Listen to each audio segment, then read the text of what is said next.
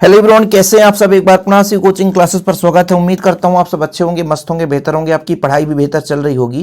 Class 12 physics में यदि बात करें बच्चों तो आपका चैप्टर 13 चल रहा है, अध्याय 13, जिसमें आज का टॉपिक है नाभिकीय विखंडन और नाभिकीय संलयन। एक छोटा सा टॉपिक है लेकिन यहाँ से क्वेश्चन सीधा पूछा जाता है। क्वेश्चन कैसे आएगा, नाभिकीय विखंडन और नाभिकीय संलयन में अंतर लिखिए। एक तो प्रश्न इस प्रकार से बनता है, दूसरा प्रश्न इस प्रकार से बनता है बच्चों, नाभिकीय विखंडन किसे कहते हैं, इसको उदाहरण को समझाइए। 2 नंबर में क्वेश्चन आ जाता है नाभिकीय संलयन किसे कहते हैं, तो ये चीज आपको समझना है। देखिए बच्चों, विखंडन का मतलब होता है टूटना, सीधा विखंडन का मतलब होता है टूटना। नाभिकीय विखंडन मतलब नाभिक के साथ जो क्रियाएं होती है वो नाभिकीय अभिक्रिया कहलाता है, और विखंडन मतलब नाभिक ही टूट जाए तो नाभिकीय विखंडन कहलाएगा। जैसे आप लोगों ने पढ़ा होगा 10th क्लास में कि नाभिकीय अभिक्रिया क्या कहलाती है, कि जब 2 परमाणु के नाभिक आपस में संयोग करते हैं, या कि एक ही परमाणु का नाभिक टूट करके 2 नए परमाणु के नाभिक का निर्माण कर दे, तो वो नाभिकीय अभिक्रिया कहलाता है। कुल मिलाकर के परमाणु के जब नाभिक आपस में भाग लेते हैं तो वो नाभिकीय अभिक्रिया कहलाता है। उसी में से उनका भाग है नाभिकीय विखंडन और नाभिकीय संलयन। संलयन मतलब जुड़ना। जैसे आप लोग देखते होंगे कि सूर्य का प्रकाश ये किस प्रकार से निर्मित होता है, तो 2 हाइड्रोजन के हल्के नाभिक आपस में मिल करके हीलियम का निर्माण करते हैं। फलस्वरूप उससे ऊर्जा उत्पन्न होती है, जो ऊर्जा हमारे पृथ्वी तक पहुंचती है या अन्य ग्रहों तक पहुंचती है। तो सूर्य में होने वाली जो क्रिया है वो नाभिकीय संलयन होती है। ये आपको हमेशा याद रखना है कि सूर्य में कौन सी क्रिया होती है, तो नाभिकीय संलयन होता है बच्चों। नाभिकीय विखंडन में क्या होता है कि एक हल्का भारी नाभिक क्या है, टूट करके 2 या 2 से अधिक नाभिक का निर्माण करता है। तो जब भारी नाभिक टूट करके क्या हो जाए, नए नाभिकों का निर्माण करे, तो नाभिकीय विखंडन कहलाता है। लेकिन वहीं पे जब 2 नाभिक हल्के नाभिक आपस में जुड़ करके एक भारी नाभिक का निर्माण कर दें, ठीक है, तो आपका नाभिकीय संलयन। संलयन का मतलब होता है जुड़ना, विखंडन का मतलब होता है टूटना। देखिए, जब किसी भारी नाभिक पर न्यूट्रॉनों की बमबारी की जाती है तो वह लगभग समान आकार वाले नए तत्वों के नाभिक में विभक्त हो जाता है। इस प्रक्रिया को नाभिकीय विखंडन कहते हैं। कुल मिलाकर के न्यूट्रॉन की बमबारी की गई, तो बच्चों जैसे यहां पर यूरेनियम का एग्जाम्पल दिया हुआ है, तो आपके पास यूरेनियम है, ठीक है। यूरेनियम का परमाणु क्रमांक कितना होता है, तो भाई 92, ठीक है। इस पे 92 इलेक्ट्रॉन भी हैं, 92 प्रोटॉन भी हैं, और 235 इसका द्रव्यमान है। इस पर न्यूट्रॉन की बमबारी की गई, न्यूट्रॉन 0 और 1, ठीक। तो ये क्या है, देखिए ये भारी नाभिक था, टूट करके 2 हल्के नाभिक का निर्माण कर रहा है। हल्के नाभिक जैसे बेरियम का बना दिया और आपके क्रिप्टॉन का, देखिए साथ में न्यूट्रॉन की संख्या अलग है, ठीक है।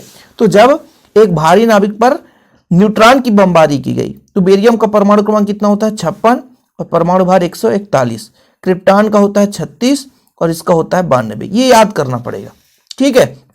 साथ में बच्चों यहां पर 3 न्यूट्रॉन निकला, मतलब एक न्यूट्रॉन की बमबारी की गई तो 3 न्यूट्रॉन निकला, ठीक है। अब ये 3 न्यूट्रॉन है, फिर से यूरेनियम पर आक्रमण करेगा, और ये लगातार सतत, विखंडन मतलब टूटना, यानी एक न्यूट्रॉन की बमबारी गई, 3 न्यूट्रॉन मिला है। अब ये 3 न्यूट्रॉन फिर से यूरेनियम पर बमबारी करेंगे, फिर ये लगातार, इसलिए तो कहते हैं नाभिकीय विखंडन बहुत खतरनाक होता है। और एक बार बमबारी करने से जो 3 न्यूट्रॉन बनता है, 200 मेगावाट का एनर्जी निकलता है, ठीक है। तो ये आपका अभिक्रिया जो कहलाए वो कहला गया बच्चों नाभिकीय विखंडन। तो नाभिकीय विखंडन में क्या होता है, सीधा सा, यदि भारी नाभिक है उस पर यहां पर क्या किया गया, न्यूट्रॉन की बमबारी की गई, तो वो क्या करता है, नए नाभिकों को निर्माण करता है। साथ में ये देख सकते हैं, ये जो आपका यूरेनियम है ये बेरियम और क्रिप्टॉन में टूट जाता है। तो इस प्रकार से यूरेनियम पर लगातार ये प्रक्रिया चलता रहता है।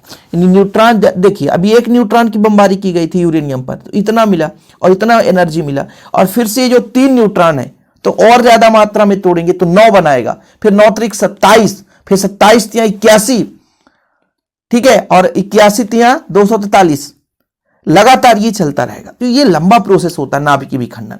और वहीं पे जब नाभिकीय संलयन की बात आ जाती है तो 2 हल्के परमाणु के नाभिक संयुक्त होकर के एक नया नाभिक बना देता है। इस प्रक्रिया में अत्यधिक मात्रा में ऊर्जा विमुक्त होती है। इस प्रक्रिया को नाभिकीय संलयन कहते हैं। जैसे यहां पर आप देखिए, ये हाइड्रोजन है बच्चों, ये भी हाइड्रोजन है, तो यहां पर हीलियम परमाणु का निर्माण करता है। हाइड्रोजन और हाइड्रोजन मिलकर के हीलियम परमाणु का निर्माण करता है, ओके, ठीक है। तो यहां पे जो संलयन की क्रिया हुई है और 24 मेगावाट का एनर्जी मिला है। हर एक जगह अलग अलग मिलता है, ठीक है, जैसे एक एक इलेक्ट्रॉन, फिर दो दो इलेक्ट्रॉन, आपकी बुक में हो सकता है कुछ अलग अलग मिल जाए, लेकिन नाभिकीय विखंडन, नाभिकीय संलयन आप लोगों को तैयार करना है। क्वेश्चन सीधा पूछा जाता है बच्चों, और एक क्वेश्चन तो 2 नंबर का यहां से इसका ऐसा पूछा जाता है कि नाभिकीय संलयन केवल उच्च ताप और उच्च दाब पर ही संपन्न होता है, क्यों? तो यहां पर आप थोड़ा समझने की कोशिश करेंगे तभी आप समझ पाए। संलयन में क्या होता है? आपस में जुड़ना। अब जैसे 2 हाइड्रोजन परमाणु आपस में जुड़ रहे हैं, दोनों के दोनों धनात्मक हैं, और जब दोनों के दोनों धनात्मक हैं तो कहीं ना कहीं एक दूसरे को प्रतिकर्षित करेंगे, सही है कि नहीं? आप समझने की कोशिश करें। 2 हाइड्रोजन परमाणु आपस में जुड़ रहे हैं, यहां पर नाभिकीय संलयन आप पढ़ रहे हो ना, नाभिकीय संलयन में आप क्या देख रहे हो कि 2 हाइड्रोजन परमाणु आपस में जुड़ रहे हैं। अब जब 2 हाइड्रोजन परमाणु जुड़ रहे हैं बच्चों, तो इसका मतलब यह है कि 2 धनात्मक परमाणु जुड़ रहे हैं, और जब 2 धनात्मक परमाणु जुड़ रहे हैं तो एक दूसरे को प्रतिकर्षित करेंगे, लेकिन उनको जोड़ना है तो ज्यादा मात्रा में ताप की जरूरत पड़ेगी और ज्यादा मात्रा में दाब की जरूरत पड़ती है, ठीक है। इसलिए नाभिकीय संलयन केवल उच्च ताप और उच्च दाब पर ही संभव है, क्योंकि 2 धनात्मक परमाणु आपस में जुड़ते हैं तो एक दूसरे को प्रतिकर्षित करते हैं। इसके विपरीत बल लगाने के लिए उच्च ताप और उच्च दाब की आवश्यकता होती है। देखिए यहां पर उत्तर देखिए, संलयन क्रिया में भाग लेने वाले नाभिक, यहां पर लिख लेना बच्चों, भाग लेने वाले नाभिक धनावेशित होते हैं। जब दोनों नाभिक निकट आते हैं तो उनके मध्य प्रतिकर्षण बल कार्य करने लगता है। इस प्रतिरक्षक बल के विरुद्ध संलयित होने के लिए नाभिक को गतिज ऊर्जा बहुत अधिक होनी चाहिए। इसके लिए उच्च ताप और उच्च दाब की जरूरत पड़ती है। ओके बच्चों, चीजें क्लियर है इतना? अब थोड़ा सा अंतर भी तैयार कर लो बच्चों, क्योंकि एग्जाम में पूछा जाता है। नाभिकीय विखंडन में इस प्रक्रिया में एक भारी नाभिक लगभग समान द्रव्यमान के 2 नए नाभिक का निर्माण करता है। इस प्रक्रिया में 2 हल्के नाभिक आपस में जुड़ करके भारी नाभिक का निर्माण करते हैं। यह प्रक्रिया सामान्य ताप पर संभव है, लेकिन यह उच्च ताप और उच्च दाब पर ही संभव है, नाभिकीय संलयन। इसमें प्रति विखंडन, एक विखंडन पर 200 मेगावाट का एनर्जी निकलता है भैया, यहाँ पे 24 मेगावाट का। विखंडन योग पदार्थ सीमित मात्रा में उपलब्ध होते हैं, लेकिन यहाँ पर संलयन योग पदार्थ अधिक मात्रा में उपलब्ध है। विखंडन योग पदार्थ रेडियो एक्टिव होते हैं, लेकिन संलयन योग पदार्थ रेडियो एक्टिव जरूरी नहीं है, जैसे हाइड्रोजन रेडियो एक्टिव नहीं है। तो आपसे कितने अंतर बनना चाहिए? कम से कम 3 अंतर। यदि क्वेश्चन पूछा जाएगा तो 3 अंतर बनना चाहिए नाभिकीय विखंडन, नाभिकीय संलयन में। ओके बच्चों, तो स्क्रीनशॉट ले लो, ज्यादा इसमें मैं समय दूंगा नहीं, क्योंकि ये सब नॉर्मल है भाई, आप लोगों के सिलेबस में आप लोग तैयार कर लेना। बच्चों यदि अभी तक आपने फिजिक्स का नोट्स नहीं लिया है, मतलब आप बोर्ड एग्जाम की तैयारी कर रहे हैं, आपके पास नोट्स नहीं है, तो कांटेक्ट नंबर मैं आपको अपना पर्सनल देता हूं 9685299149, 9685293949, व्हाट्सअप करके आप लोग नोट्स ले सकते हैं। हाँ, छोटा सा अमाउंट है, लेकिन प्रॉपर रूप से नोट्स दिए जाते हैं। चार्ज लगता है, छोटा सा अमाउंट लगता है, ठीक है।